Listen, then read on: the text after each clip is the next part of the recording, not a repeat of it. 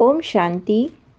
आज की मुरली 24 जनवरी 2024। मीठे बच्चे, बाप से मिलने व जीवन मुक्ति प्राप्त करने के रास्ते का किसी को भी पता नहीं है। हम मनुष्य को भगवान से मिलने का व जीवन मुक्ति प्राप्त करने का रास्ता पता नहीं है। आगे बाबा कहते हैं, पहले तो यह दृष्टि पक्की करो कि हम आत्मा हैं। हम भाई भाई को देखते हैं। आत्मा का तत्व है प्रकृति। आत्मा अभिमानी होंगे तो फिर क्रिमिनल ख्यालात बंद हो जाएंगे, तो यह आदत पड़ जाएगी। आत्मा ही सुनती है, इस कानों से चुरपुर करती है, तो यह है नंबर 1 सब्जेक्ट। आत्मा अनुभव करने से ऑटोमेटिकली देवी गुण भी धारण होंगे। कर्मेंद्रिय चलाई मन देह अभिमान में आने से ही होती है। अगर देह के भान में रहेंगे तो कर्मेंद्रिया भी चलायमान होंगी, बॉडी कॉन्शियस हो जाएंगे, तो सर्वशक्तिमान बाप की ताकत से ही आत्मा तमो प्रधान से सतो प्रधान बनती है। दूसरी पॉइंट, मनुष्य कहते हैं धरती के सितारे, सो तो बरोबर, हम तो आत्मा सितारा है। यह शरीर मिला है कर्म करने के लिए इस कर्म क्षेत्र पर, तो बाप को आना भी पुरुषोत्तम संगम युग पर है। पुरानी दुनिया में नई दुनिया स्थापन करने बाबा आते हैं। पुरानी दुनिया में, पुराने तन में नई दुनिया स्थापन करने, सो भी पुरुषोत्तम संगम युग पर। तो उनको कहा जाता है, बाबा को कहा जाता है हेवनली गॉड फादर, क्योंकि हेवन स्थापन करते हैं। कहते हैं बहुत जन्मों के अंत के भी अंत में मैं प्रवेश करता हूँ। यह है ही नर से नारायण बनने की सत्य कथा। यह तो पढ़ाई है, तो इसमें हमारा लक्ष्य है, हमारा एम है नर से नारायण बनने का। तो इस सत्य कथा से हम नर से नारायण, नारी से लक्ष्मी बनते हैं। राधे कृष्ण की कथा नहीं कहते, लक्ष्मी नारायण की कथा कहते हैं। छोटे बच्चे को नर नहीं कहा जाता, नर नारी, नारी लक्ष्मी कहा जाता है। शंकराचार्य तो आते ही है रजो प्रधान में, माना द्वापर युग में।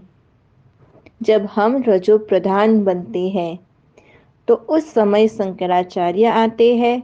वह राजयोग सिखा ना सके। राजयोग तो सिर्फ परमपिता परमात्मा संगम युग पर ही आके सिखाते हैं। थर्ड पॉइंट, हम आत्मा शांत स्वरूप है, क्योंकि हम शांति धाम से आते हैं, मूल वतन से आते हैं, वह है ही शांत। तो उनको कहा जाता है निराकारी दुनिया, क्योंकि हम आत्मा निराकार है, तो वो दुनिया को हम निराकारी दुनिया कहते हैं। सुनने का भी सौभाग्य चाहिए। ये ज्ञान ऐसे ही किसी को प्राप्त नहीं होता, उसके लिए भाग्यशाली बच्चे चाहिए। तो हम हैं परमापदम भाग्यशाली बच्चे, वही आकर बाप से सुनने के हकदार बनते हैं। सूर्यवंशी, चंद्रवंशी और फिर 5 विकार की प्रविष्टा आने से हम बन जाते हैं रावण वंशी। पहले तुम भी तुच्छ बुद्धि थे, छोटी बुद्धि थी, तुच्छ थी। अब बाप हमारी बुद्धि स्वच्छ बनाते हैं इस ज्ञान से। तो मुक्ति में तो सब जाएंगे, मुक्ति में तो सबको जाना है, बाबा लेकर ही जाएगा। फिर आएंगे नंबरवार पाठ बजाने। समझाना भी भबके से है। यह अंदर आने से खुशी में रोमांच खड़े हो जाना चाहिए। लक्ष्मी नारायण को देखो, सामने लक्ष्मी नारायण की ट्रांसलाइट रखी है, तो उन्हें देखकर बड़ा खुश होना चाहिए और अपने आप से बातें करो, ओहो बाबा हमको यह बनाते हैं, वाह बाबा वाह। फोर्थ पॉइंट, आत्मा अभिमानी भवः। स्त्री को भी अगर देखो तो आत्मा के रूप में देखो कि हम सब बाबा के बच्चे आत्मा है, वह परमात्मा है। मनसा तूफान तब आते हैं जब तुम भाई भाई की दृष्टि से नहीं देखते हो। जब हम बॉडी कॉन्शियस होते हैं तब बड़ी मेहनत लगती है, तभी मनसा के तूफान आते हैं। तो प्रैक्टिस बहुत अच्छी चाहिए आत्मा अभिमानी बनने के लिए, तभी कर्मातीत अवस्था को पिछाड़ी में पाएंगे। तुम बच्चों ने पहले की हिस्ट्री तो सुनी है कि इन्होंने घर बार कैसे छोड़ा। सब दादिया रात रात में भागे थे, फिर इतने बच्चों को ब्रह्मा बाबा ने शिव बाबा ने ब्रह्मा बाबा के थ्रू सबको पाला। तो इसको कहा जाता है बत्ती। फिर बत्ती से नंबरवार निकले। बाबा बच्चों को कहते हैं नमस्ते। बाबा कितना सम्मान देते हैं हम बच्चों को। तो बच्चे तुम मेरे से भी ऊंच जाते हो, क्योंकि तुम ब्रह्मांड के मालिक और विश्व के मालिक बनते हो।